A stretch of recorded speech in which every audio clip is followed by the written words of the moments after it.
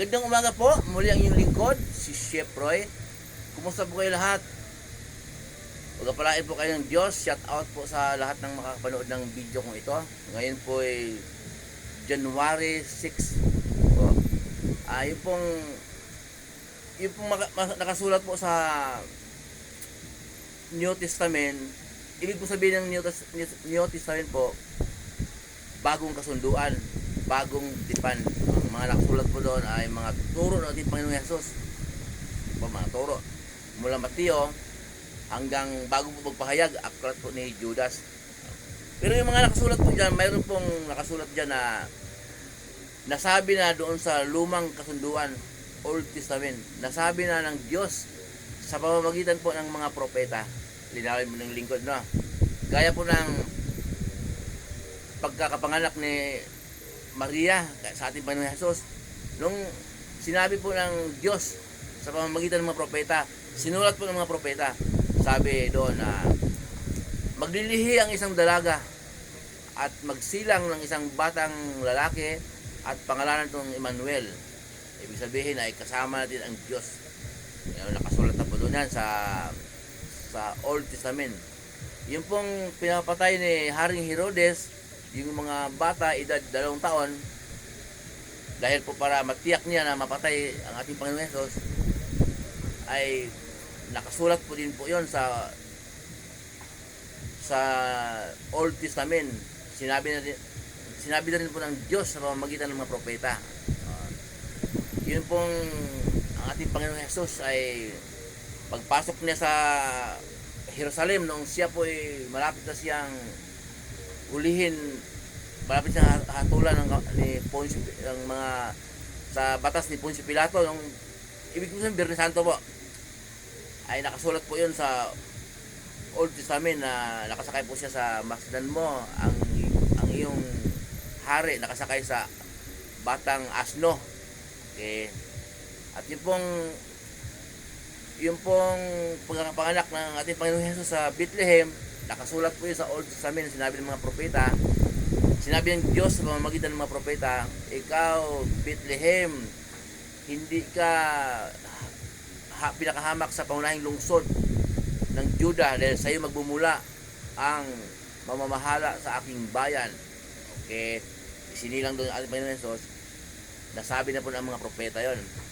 At yung pong si John the Baptist, nung nagsimula po siyang mangaral, ang sabi po ni John the Baptist, magsisi na kayo at talikuran ang inyong mga kasalanan dahil nalalapit na ang kaharian ng Diyos. Nakasulat po yun sa Old Testament din. Ganito ang pahayag ng lalaking sumisigaw sa ilang, sinabi ni Propetang Isaias. So, nabanggit po rin yung lingkod na ang dumalaw sa ating Panginoong Hesus na nagregalo ng pabango, kamanyan at ginto, ay wala po tayong mababasa na 3 kings, 3 hari. Wala po mababasa na Melchor, Gaspar at Baltasar. Wala po tayong mababasa po sa Bible. Okay? Kaya bigyan po din ng linaw, nakasulat po ba sa Bible din, ay sa Old Testament, ang pagdalaw ng mga pantas. Sa ibang salin po ng Bible ay matalinong tao, mga matalino. Sa English po kung basahin natin, wise men sa English. So bigyan po natin ng linaw, babasahin po natin sa Isaias, Old Testament po to, Isaias 60 1 hanggang 3. Pakinggan po natin. Bumangon ka, Jerusalem, at sumikat na tulad ng araw. Liliwanagan ka ng kaluwalhatian ng Diyos. Mababalot ng kadiliman ang buong daigdig, ngunit ikaw ay liliwanagan ng Diyos at mapupuspos ka ng kaluwalhatian. Mapupuspos ka ng kanyang kaluwalhatian. Ang mga bansa ay lalapit sa iyong liwanag, at ang mga hari ay pupunta sa ningning ng iyong pagsikat. Si Jesus po to. Kasi nga, kaya po natiyak ng lingkod na si Jesus po to, ay sinabi po dito, mababalot ng kadiliman, sa dos po, mabalot ng kadiliman ang buong daigdig, ngunit ikaw ay liliwanagan ng Diyos at mapupuspos ka ng kanyang kaluwalhatian. So, si Jesus po to, kaya pinadala ng Diyos Ama sa daigdig upang ang kanyang dugo ay maglinis sa ating kasalanan, maglinis sa ating karumihan. Siya ang magligtas sa ating mga kasala. Kasi hindi natin kayang bayaran ang ating kasalanan sa Diyos Ama.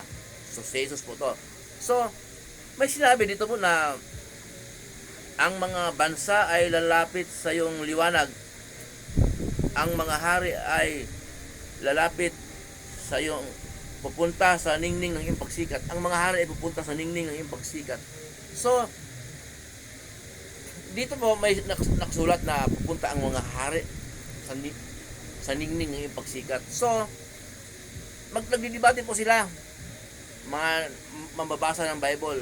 Nauna na kung sinabi ng lingkod na kung ano yung nakasulat sa Bible ay pinasulat ng Diyos sa mga taong pinagkatiwalaan niya, sa mga taong pinili niya na magsulat. Pag lumagpas po tayo sa Bible, sarili na nating karunungan yon, hindi na karunungan ng Diyos.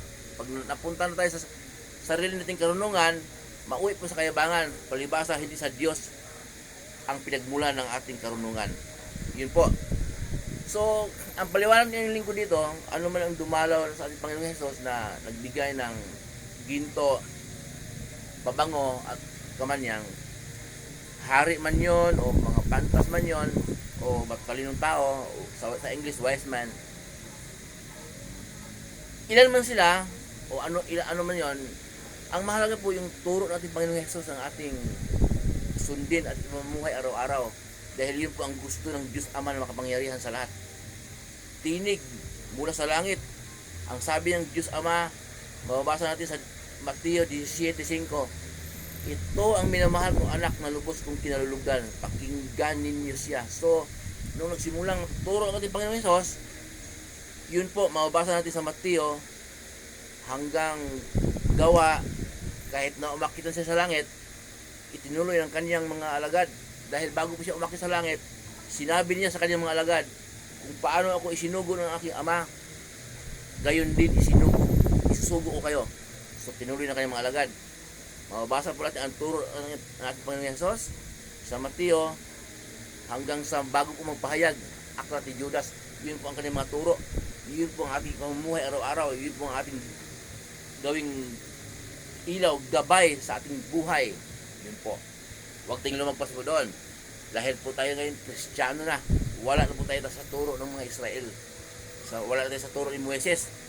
Kaya nga sinabi ng Diyos na, kaya nga binago ng Diyos, bagong tipan, bagong kasunduan. May luma na. Kaya turo ng Panginoon Hesus po ang ating gabay, ang ating pamumuhay araw-araw para po tayo magiging totoong Kristiyano. Kaya ano man yung dumalaw na yon, nagdidebate kasi sila, o hari man yun o pantas, pagamat wala man nakasulat talaga wala nababasa ng Melchor, Gaspar at Baltasar, pwede po natin i-ano yun, sige, bahala na kayo kung anong, basta turo ni Jesus. Ang ano ba turo ni Jesus? Ang sabi ni Jesus na siyang daan, ang katotohanan at ang buhay, walang makakarating sa Ama kundi sa pamamagitan niya. Sabi niya, hihiling kayo sa Ama sa aking pangalan at alam ng Ama bago kayo hihiling. Okay? Nagdidebate sila anong pangalan ng ating Diyos Ama na makapangyarihan sa lahat. Sa kanilang pagdidebate, ano ba talagang pangalan? Nilagyan nila ng vowels, wala naman talagang vowels. Y, W, H, wala naman talagang vowel, parang kidlat lang yun, parang kulog lang yun. So, dahil sa pagdidebate ng mga tao kung anong pangalan ng Diyos Ama, dumating ang ating Panginoong Hesus dito sa lupa, tinuro niya. Tinuro ng ating Panginoong Hesus, ha? Malinaw po yun. Tatawagin siyang Ama, makapangyarihan sa Ama, Diyos Ama. Sinabi ni Hesus, alam na ng inyong Ama ang inyong hihilingin bago niyo hihilingin. Okay? Mahal kayo ng Ama na nasa langit. Okay? Pag nalangin kayo sa inyong Ama, ganito, Ama namin. So, tinuro natin Panginoong Hesus na tawagin siyang Ama. Pagkatapos kung wala natin pagtalunan. Yun ang itatawagan sa Kanya.